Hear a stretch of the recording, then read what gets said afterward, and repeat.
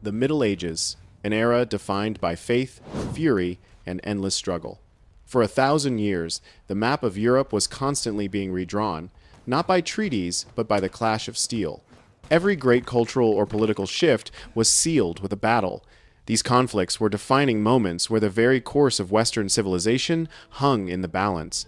Let's trace the 10 most critical fault lines in medieval history, the unavoidable moments that created the modern world. Every single one of them was a revolution. Prepare to witness the defining moments of man. Number 1. The Battle of Tours. In 732, near Tours, the Frankish warrior Charles Martel made his stand against the invading Umayyad army from Spain. This was a battle for the cultural and religious future of Western Europe. Martel was a strategic genius. He chose high ground, surrounded by forest, forcing the superior Umayyad cavalry to climb uphill into narrow, killing lanes. The terrain negated their mobility. The battle itself was a grinding, defensive affair. The Franks formed a disciplined, unyielding shield wall, absorbing the powerful, repeated charges of the Umayyad cavalry. There was no grand charge, only the steady rhythm of shields locking and spears thrusting. The Franks held firm, countering like a hammer on an anvil. The turning point came when the Umayyad commander, Abdul Rahman al-Ghafiqi, fell in the chaos. With their leader gone, the invasion collapsed. The field was soaked in blood, but the Christian heart of Western Europe was saved. Martel's victory stopped the Muslim advance and preserved the foundational structure of the Middle Ages.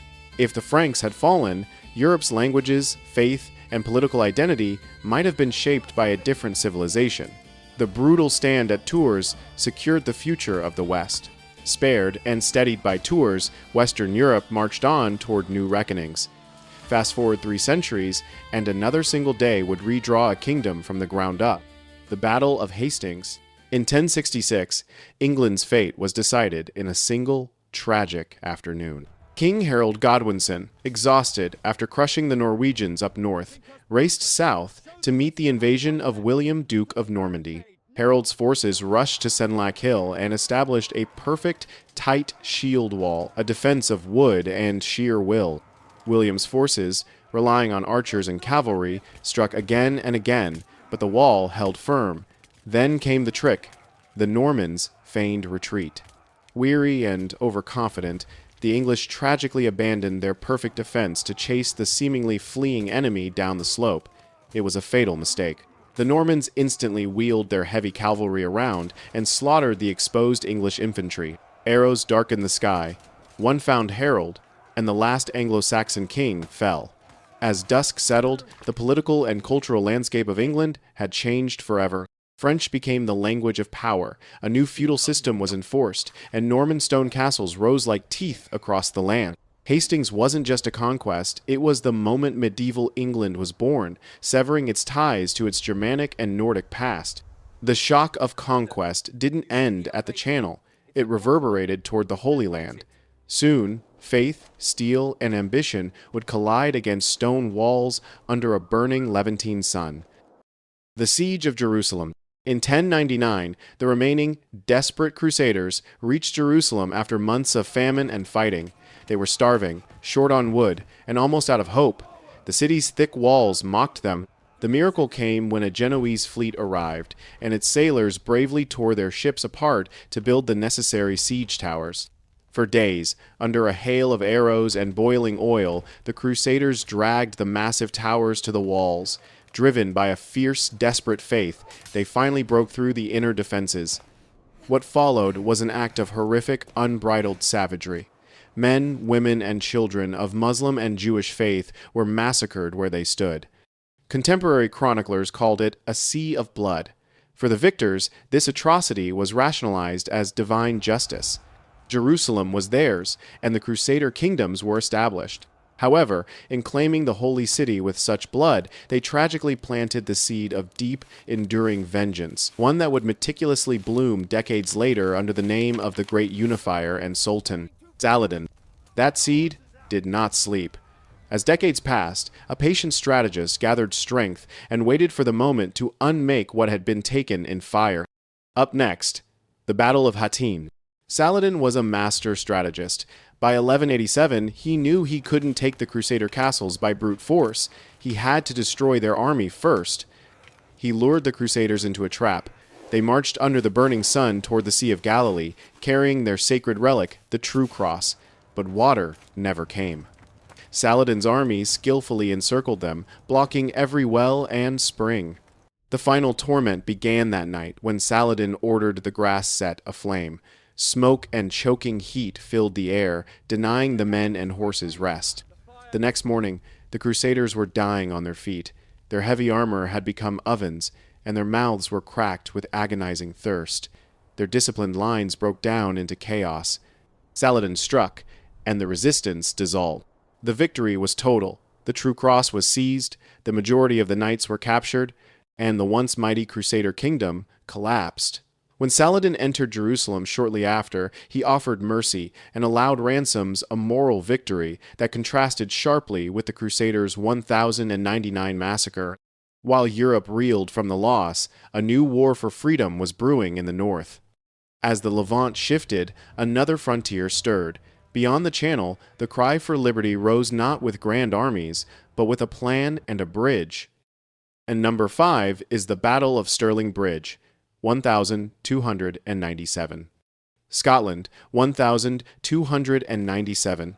The massive English army, heavy with armor and pride, marched north across the River Forth.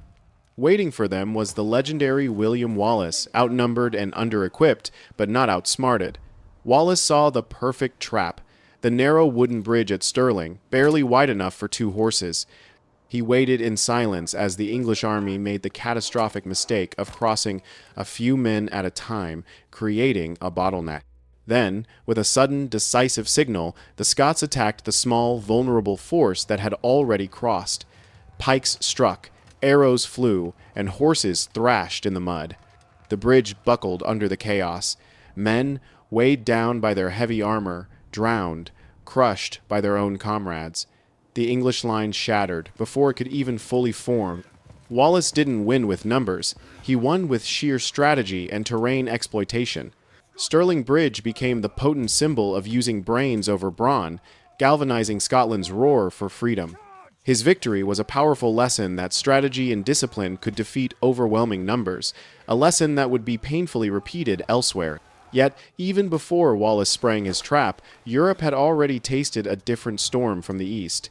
To see it clearly, we step back half a century to the thundering hooves on the Hungarian plain, the Battle of Mohi. In 1241, Hungary faced the terrifying military machine of the Mongol storm. Led by the brilliant general Subutai, the Mongols excelled in speed, deception, and communication, methods entirely foreign to European armies. At the Battle of Mohi, they utilized all their tactics. The proud but unprepared Hungarian army fell completely for a Mongol feigned retreat, chasing them across the Saho River. Subutai, having stealthily encircled the Hungarians during the night, sprung the trap. From the mist, arrows came like relentless rain. The Hungarian lines, unable to maneuver in their heavy armor, were shattered by the continuous mobile attacks. The battle was a massacre. The devastation was staggering. Hungary was broken, losing an estimated 1/4 of its entire population in the ensuing chaos. A week later, Mongol scouts reached Vienna. Only the sudden death of the great Khan Ugadai saved Europe from a total collapse, as the armies were recalled eastward. The lesson was chilling. Speed, communication, and deception could destroy any fortress or army. After Mohi, kings frantically ordered thicker walls and new defenses. From that catastrophe, Europe learned and adapted. A century later, battlefields would become laboratories of method where new tools and tighter discipline rewrote the rules. The Battle of Crécy. By 1346, war was becoming a science. At Crécy, the English army, strategically deployed, stood firm against a massive sea of French cavalry, the epitome of medieval chivalry. The English relied on their most potent weapon, the longbowmen. The French charged, wave after wave, their aristocratic pride blinding them to the strategic trap. The archers raised their bows, and the first volley fell like a storm. Arrows struck with such force and frequency that armor meant nothing. Horses collapsed, knights screamed, and chaos rippled through the French ranks. Each subsequent charge was crushed by a continuous rain of arrows, noble blood spilled like any other on the muddy ground. For the first time, peasants with bows decisively decided a king's fate. Crécy marked the ideological death of medieval chivalry. War was no longer a stage for heroes. It was a cold, pragmatic calculation of distance, timing, and relentless discipline. The English victory proved that technology and tactics could utterly negate social rank and vast numbers, ushering in a new era of warfare. And that lesson did not fade. 2 generations later, on a rain-soaked October field, the same logic would grind a larger army into the mud. Now to number 8, the Battle of Agincourt. October 1415. King Henry V, with his small, sick, and hungry English army, faced a French army 5 times his size. The French nobles mocked their worn ranks, but Henry chose his ground with surgical precision, a narrow valley of sticky, recently plowed mud. As the French advanced, the field quickly became a swamp of bodies and slick mud. Arrows filled the air, horses slipped and fell, and knights, entombed in their heavy armor, drowned as they were pushed down by the weight of the men behind them. The French formation became a choked, panicked mess. When they finally reached the English line, they were too exhausted and weak to raise their weapons effectively. The disciplined English needed only one powerful shove to collapse the entire front rank. Agincourt wasn't luck. It was pure military logic, discipline, perfect terrain selection, and timing, defeated arrogance and overwhelming numbers. The longbow had become the equalizer of kings. England celebrated a miracle, but the story of the 100 Years' War was about to take another dramatic turn with the arrival of a seemingly impossible figure. And then, into this grim arithmetic, stepped conviction in armor's place. A teenage visionary would turn siegecraft into a crusade of morale. The Siege of Orleans, 1,400, and 1,429. By 1428, Orleans was the last major stronghold for the French crown, and the English had surrounded the city, cutting off all hope. The city was dying. The miracle arrived in the form of a teenage girl named Joan of Arc. Joan brought no army, only conviction, a fierce spiritual certainty that instantly galvanized the demoralized French soldiers. Her faith spread like wildfire. Under her powerful, audacious command, the French military underwent an immediate transformation. She personally led the attacks, and the French recaptured one English fort after another, forcing the besiegers into a constant state of defense and confusion. The supply lines broke through, and the entire English siege shattered within days. Joan became far more than a soldier. She was a symbol, the embodiment of national and divine will. Her victory at Orleans revived a nation, proving that unwavering belief and moral clarity could move armies and turn the tide of a desperate war. Though she would later be captured, her victory initiated the long, successful push that would eventually drive the English out of France. Orleans was a true national rebirth. But while France rediscovered its voice, another capital awaited its final reckoning. Beyond the Bosporus, an old empire stood before the newest thunder of war. And the last, but not the least, the fall of Constantinople. In 1453, Constantinople, the last enduring light of the Roman Empire, stood surrounded. Sultan Mehmed II brought with him a technological terror, the cannon. Mehmed deployed cannons taller than men, firing massive stones the size of carts that repeatedly shattered the ancient Theodosian walls. For 53 grueling days, the city trembled. Inside, the last emperor, Constantine XI, led a desperate defense, patching holes with rubble and sheer will. But gunpowder had decisively tipped the scales. On May 29th, the final critical breach came. Emperor Constantine XI fell with sword in hand, and the Ottomans poured in, ending a millennium of Byzantine rule. The Byzantine Empire died that morning, but its profound legacy survived. Scholars fled west, carrying with them precious Greek texts and classical knowledge that had been preserved in Constantinople's libraries. This infusion of learning directly sparked the Renaissance in Italy and across Europe. The fall of Constantinople didn't just end an empire, it symbolically ended an age. The long, complex world of knights and castles was over. The new, unstoppable world of cannons, gunpowder, and global empires had begun.